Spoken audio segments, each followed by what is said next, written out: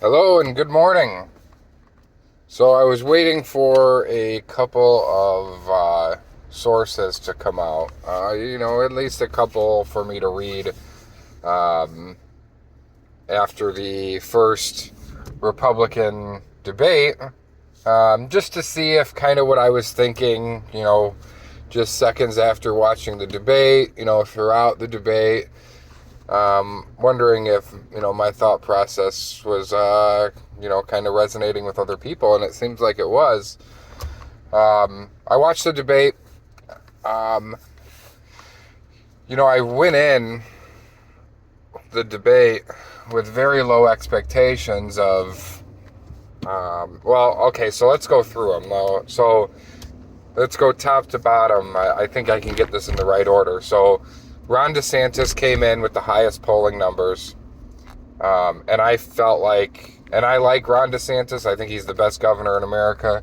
But I think that he was a bobblehead the whole time and he fell flat. It's like the spring broke and he just. I think he had a couple good moments, but for the most part, his answers didn't seem super genuine and they seemed super scripted.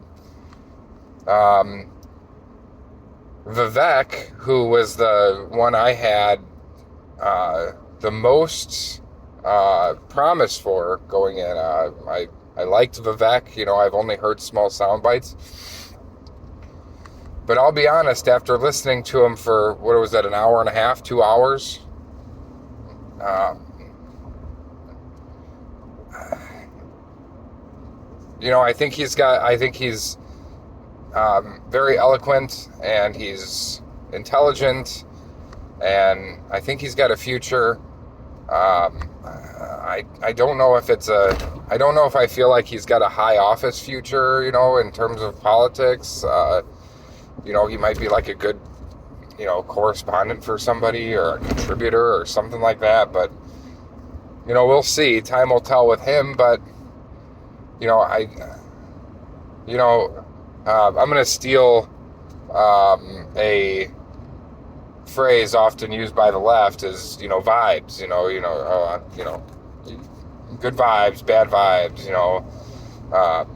I actually like the word and I like how it should be used, but I feel like it's a kind of one of those phrases that were stolen by the left, but that's neither here nor there.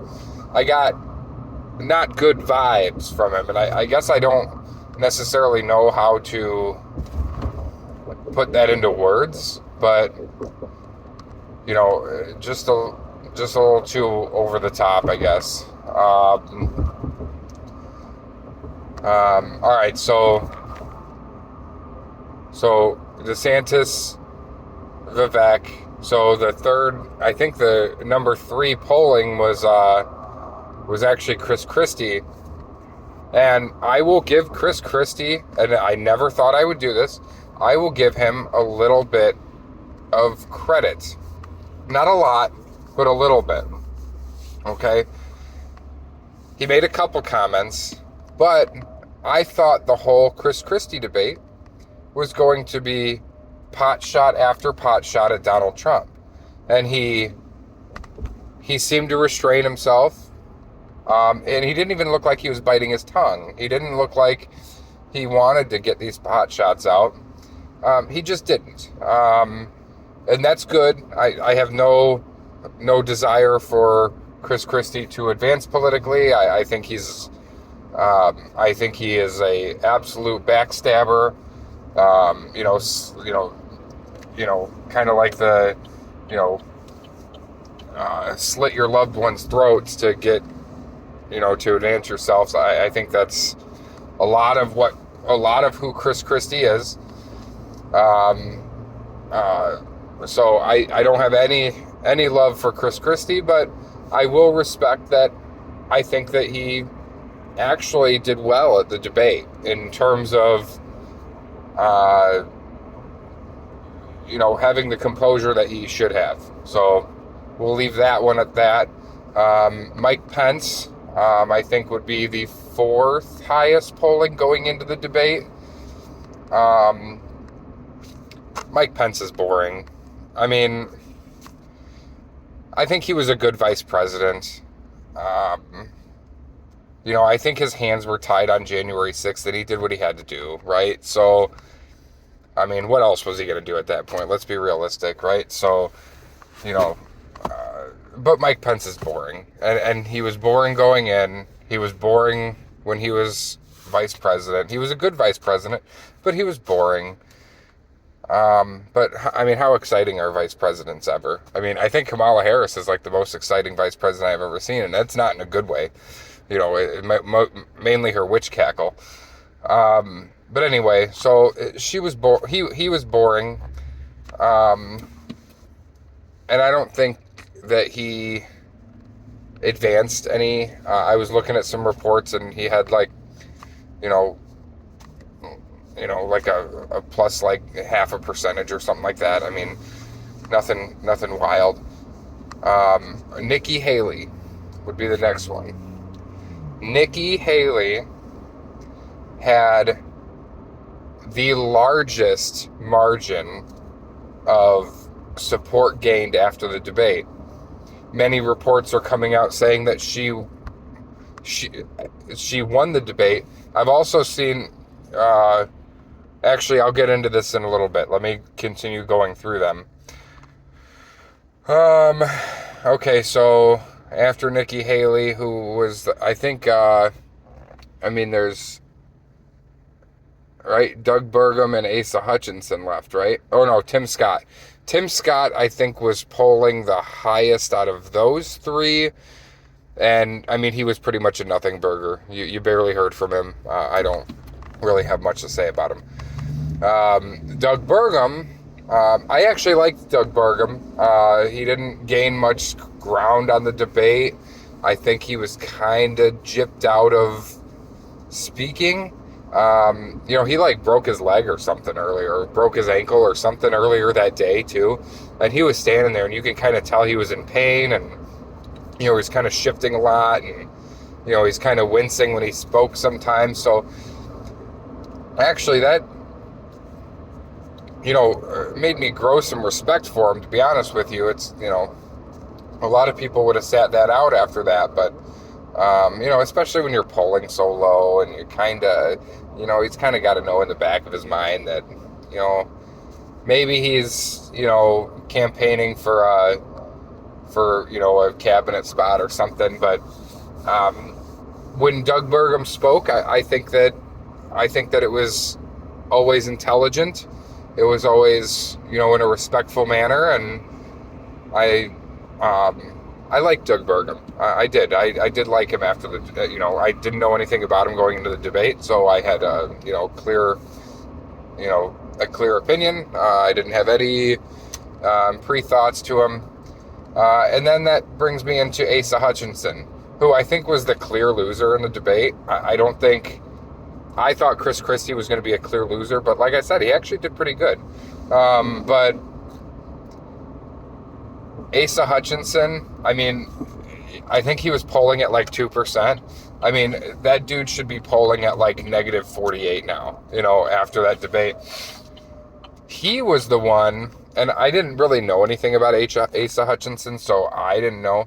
And I feel like every election cycle, there's always that super old white dude that just looks dead, right? He looks like Weekend at Bernie's type of, dead, and, somebody's carrying him around and, kind of controlling him with strings, and he's not really a real person. I feel like every election cycle has one of those, like,